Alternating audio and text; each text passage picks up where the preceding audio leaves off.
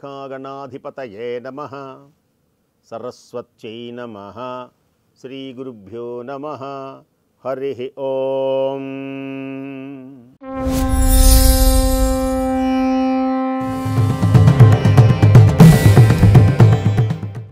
యాదాద్రి భువనగిరి జిల్లా చౌటుప్పల్ గ్రామంలో 12 జ్యోతిర్లింగములతో వేంచేసి ఉన్న పుణ్యలింగేశ్వర స్వామివారి దివ్య చరణార విందములకు శతసహస్ర కోటి ప్రణామములు సమర్పిస్తూ, ఈ క్షేత్రములలో 12 జ్యోతిర్లింగములు, అలాగే ఆ మధ్యలో విశేషమైనటువంటి పుణ్య సంపదలు కలిగిస్తూ పుణ్యలింగేశ్వర స్వామి మనకు దర్శనమిస్తారు.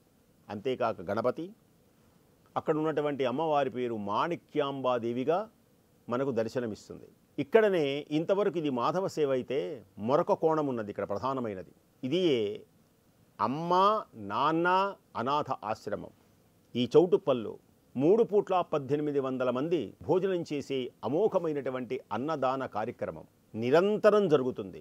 మతి స్థిమితము లేనటువంటి అనాథలు, ఎలా ప్రవర్తించాలో తెలియనటువంటి అనాథలు, తల్లి తెలియక తండ్రి తెలియక దిక్కు తోచక జీబిరి జుట్టుతో రోడ్ల పక్కన పడుకొని జ్వరంతో బాధలతో అనేకమైనటువంటి శారీరక ఇబ్బందులు పడుతున్నటువంటి వారందరినీ తీసుకొని వచ్చి ఇక్కడ అత్యంత ప్రేమతో చూచి ఇక్కడ వాళ్ళని శుభ్రపరిచి వాళ్ళకి సరైనటువంటి ఆహార నిద్రం, అంతేకాదు ఆహారము నిద్రే కాదు మంచి వైద్యం కూడా చేయిస్తూ ఉన్నారు. ఇలాంటి ప్రదేశమునందు ఈ అమావాస్య రోజున మీరు చక్కగా అన్నదానం చేయండి. పితృకార్యములు ఏ తిథి రోజున అయితే ఆ తిథే చేయాలి. సహజంగా తదియా అనుకోండి, ఆ తదియ నాడే చేయాలి. ఒకవేళ ఈ ఇన్ని రోజులు మీరు చెయ్యలేనటువంటి వారు ఈ మహాళయ అమావాస్య రోజున ఎవరైతే పితృదేవతలకు తర్పణములు ఇస్తారో, పితృదేవతలను ఆ నువ్వులతో మహానుభావునికి మీ గోత్రం చెప్పుకొని ఆ తండ్రి పేరు తాత పేరు పితా పితామహ ప్రపితామహ అన్నమాట. అంటే తండ్రి యొక్క తండ్రిని ప్రపితామహుడని, కాబట్టి పితామహుడు మన తండ్రి యొక్క తండ్రిని పితామహుడు అంటారంటే తాత. పితామహుడు యొక్క తండ్రిని ప్రపితామహుడు. పితా పితామహ ప్రపితామహ. ఈ వరుస క్రమంలో ఎవరైతే ఇలా చేస్తారో, అంతేకాక నీకు మహాళయ అమావాస్య రోజున తర్పణములు ఇచ్చేటప్పుడు 32 మందికి తర్పణములు ఇవ్వచ్చు. నీ తల్లిదండ్రులకే కాదు, నీ అత్తామామలకు కూడా తర్పణములు ఇవ్వచ్చు. ఉత్తమ గతులు కలగాలి. అత్తామామలకే కాదు, మీ పెదనాన్నలు ఎవరైనా ఉన్నారనుకోండి వాళ్ళకి ఇవ్వవచ్చు మీ వంశంలో. ఇంకా కాక ఇంకా ఏం చెయ్యవచ్చు, నీ గురువు గారు ఉన్నారు చూశారా, నీకు జ్ఞానం ప్రబోధించేటువంటి వ్యక్తి, జ్ఞానము ప్రబోధించేటువంటి గురువు గారికి తర్పణములు ఇవ్వవచ్చు. ఇంకా అంతేకాదు, నీ జీవితంలో నీకు ఎవరైతే మేలు చేశారో ఆ మేలు వల్ల 4 రాళ్ళు నువ్వు ఎలా తింటున్నావో, నీ కుటుంబంలో నీకు బయట నుంచి ఎలా ధనం వస్తున్నది, సంఘనీతి. ఈ సంఘములో నుంచి నీ ఇంటికి వచ్చింది ధనం. నేనెప్పెట్లో ఉన్నదైనా సరే, ఏ గుడులైనా ఆ సంఘములో నుంచి ధనం వచ్చింది కనుక ఆ ధనమును రావడానికి కారణభూతులైనటువంటి వాని యందు కృతజ్ఞత కలిగి ఉండి తర్పణములు ఇవ్వచ్చు. చూడండి ఎంత విశేషం. మీ మేనత్తలు కానీ ఎవరైనా, మీ మేనమామలు కానీ, నీకు ఎవరెవరైతే ఉన్నారో ఆ రోజున ఇలా తర్పణములు ఇచ్చినట్లయితే వాళ్ళందరి యొక్క దీవెన నీ మీద ఉంటుంది. ఎప్పుడు కూడా పెద్దల యొక్క దీవెన పొందాలి. పెద్దల దీవెన గనక నువ్వు ఎప్పుడైతే పొందావో నీ అశుభం, రాబోయేటువంటి అశుభం తొలగిపోతుంది. వరములు పొందిన తర్వాత వరములు పొందడం ఒక ఎత్తు అయితే ఆ వరములను ఆచరించటం ఒక ఎత్తు.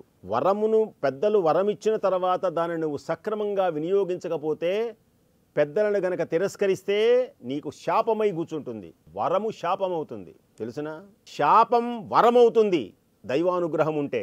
అందుచేతనే ఈ అమ్మ నాన్న అనాథాశ్రమంలో అన్నదానం చేయండి అని చెప్పేది. దైవబలం వస్తుంది. దైవబలం వల్ల, దైవబలం ఉంటే శాపం వరమవుతుంది. బాగా వినండి.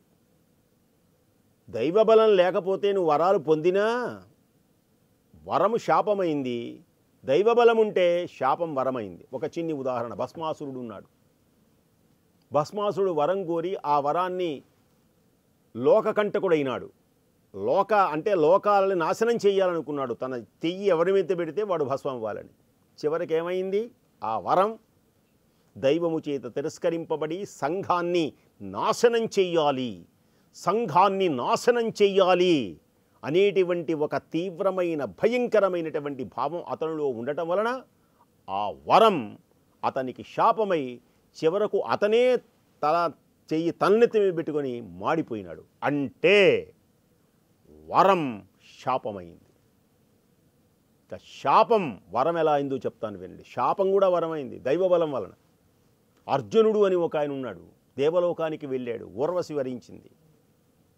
నా కోరిక తీర్చినటువంటి వాడు నీవు నపుంసకుడవైపో అని శపించింది. శాపం అది.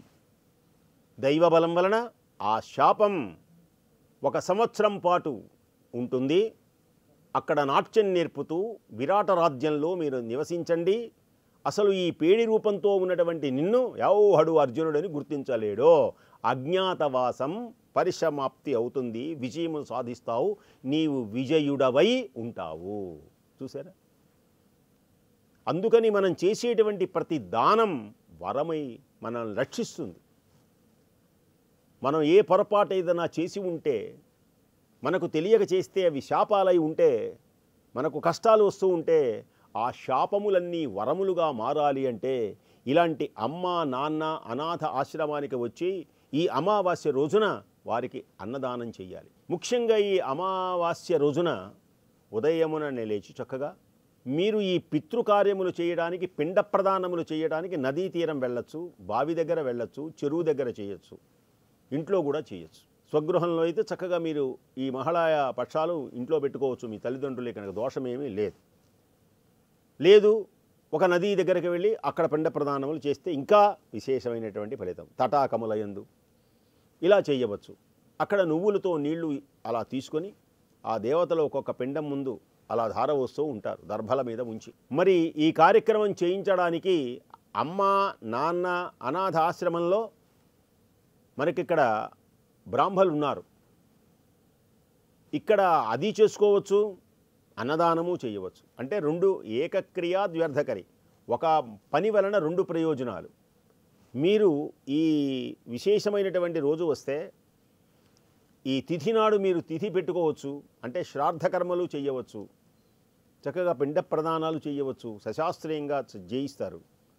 ఆ తర్వాత మీ పితృదేవతల పేర్లతో ఇప్పుడున్నారు కదా ఈ అనాథాశ్రమంలో అన్నదానం చేయొచ్చు. వీటన్నిటికీ ఈ రసీదులు ఉంటాయి. వీటన్నిటికీ మీకు వివరాలన్నీ కావాలి అంటే మనకు స్క్రీన్ మీద కనబడుతున్నటువంటి నెంబర్లని మీరు సంపాదించినట్లయితే ఆ పుణ్య ఫలమంతా మీకు చేరువవుతుంది. కాబట్టి ఈ పితృపక్షాలు, ఈ మహాలయ అంటే ఈనాటితో మహాలయం అవుతుంది.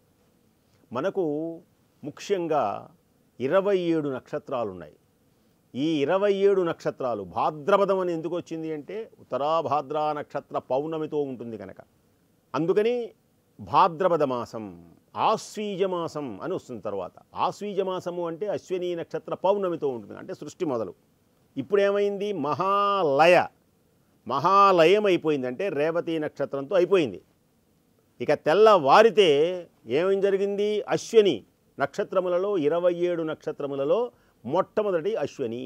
ఆ అశ్వినితో ప్రారంభమవుతుంది గనక అది శరత్కాలం, ఇది వర్షాకాలం.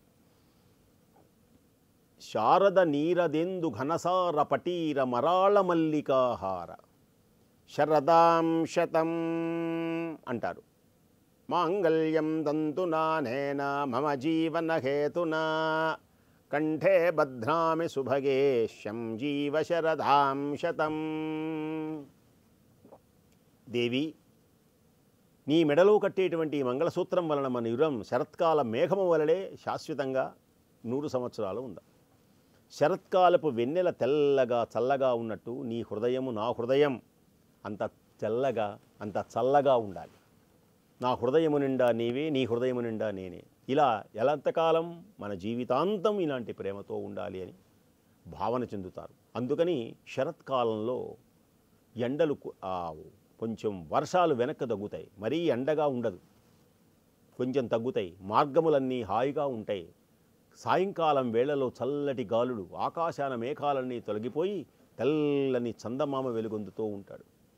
ఆవులన్నీ ఉంటే ఆవుల మధ్యలో ఆబోతు ఉన్నట్లుగా, ఆవులన్నీ ఉంటే ఆవుల మధ్యలో ఆబోతు ఎలా ఉంటుందో, రజిత పంజరాన రాజహంస ఎలా ఉంటుందో, మహారాజు కీర్తి ఎలా ఉంటుందో, అలాగే నిండైనటువంటి చందమామ వెలుగొందుతూ ఉంటాడు.